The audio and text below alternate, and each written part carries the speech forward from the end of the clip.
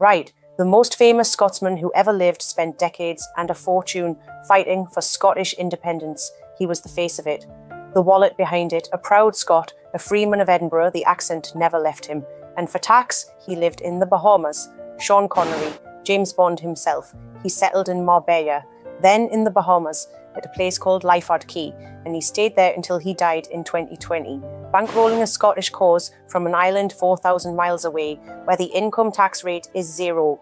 Now, you're not Sean Connery, so why does this matter to you? Because it's the cleanest lesson in tax there is, and almost everyone gets it wrong. Connery was as Scottish as a man can be, proud of it, loud about it, generous with it, and none of that, not his passport, not his politics, not his heart, changed a single thing about his tax. Because you're taxed on where you live, full stop. Not where you're from, not where your loyalty lies. Today I'll show you why that's the whole game and how a UK director uses the exact same rule. If you run a limited company, subscribe. This channel tells you what advisors charge by the hour to explain. One thing first, this is what I do all day. The structuring at CT Private Office, the accounts and compliance at Tax for Pros. Link below if you want to work with me. Now Bond.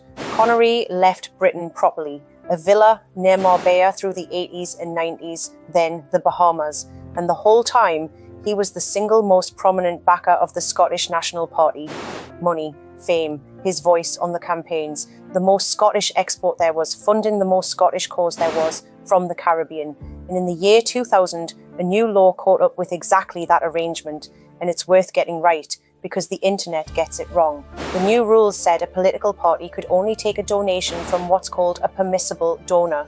For an individual, that means someone on a UK electoral register. What matters is the registration, not the passport. And here's the nuance people miss. An overseas Brit who registers as an overseas voter can still donate. The problem for Connery was that he wasn't registered, partly his own choice, and partly because back then, a Brit who'd lived abroad as long as he had was timed out of the register anyway. So from 2001, this proud UK citizen could no longer legally fund the party he loved. He was furious. And I'll quote him, because it's perfect. "I'm a proud Scot, a freeman of my native Edinburgh and a UK citizen, but this law treats me as a foreigner." The government's line back was blunt. The Scottish Secretary at the time said the idea of a special exemption for a man who'd made a personal decision not to register to vote in Britain was, his word, crazy. 2 men, 1 flag, and the law only cared about one fact, the paperwork of where you actually are. Now the tax exile label stung him, and in 2003 he did something most people in his position never do. He released his numbers. The documents showed he'd paid around £3.7 million in UK tax across the previous 6 years. How? Because he chose to shoot films in Britain, and here's his line: "I pay full tax wherever I'm working. Since I've gone out of my way to bring film projects to the UK instead of Hollywood, that's meant I've paid full tax here. That's the honest mechanism, and it's the bit most people skip." Connery wasn't paying nothing. He paid full UK tax on the money he earned in the UK. What being a Bahamas resident did was keep everything else. His worldwide income, his gains, his estate, out of the UK's reach. The Bahamas has no income tax, no capital gains tax, and no inheritance tax. So the UK slice got taxed here, and the rest didn't. Residents decided the line. Quick one for the comments. So here's the rule, stripped of the glamour, because it runs straight through your company. Britain taxes you on your residence, not your nationality.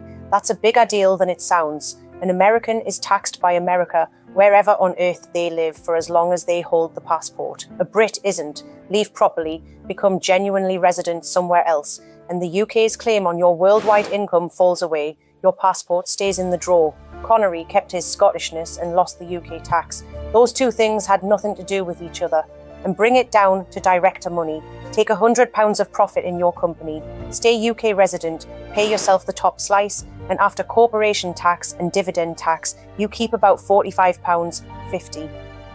Be genuinely non-resident, done properly, the company still pays its corporation tax, but that personal layer can fall away, and you keep closer to 75, in the UK at least. Same company, same profit, the only variable is residence.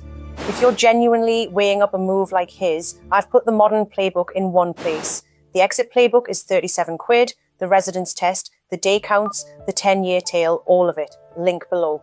Because residence is a facts test, not a mood, 3 things bite. 1. The day count. Today we've got a proper rule book, the Statutory Residence Test, and if you keep a home and family here, you can be capped at as few as 16 days a year back in the country. A real move counted in days. 2. It has to be real. Connery didn't keep a house in Edinburgh and pretend. He genuinely lived abroad for decades. A postal address in Nassau, while your life stays in Notting Hill, fools nobody. 3. Inheritance tax has a tail. Even after you leave, your worldwide estate can stay inside UK inheritance tax for up to 10 years if you lived here long enough. Leaving is slow. Here's where it lands. Sean Connery's heart was in Scotland until the day he died. His tax home was an island in the Caribbean, and the law only ever cared about the second one. That's just the system, written down, the same for everyone. Your loyalty, your flag, your good intentions, the revenue doesn't tax any of them. It taxes where you actually are.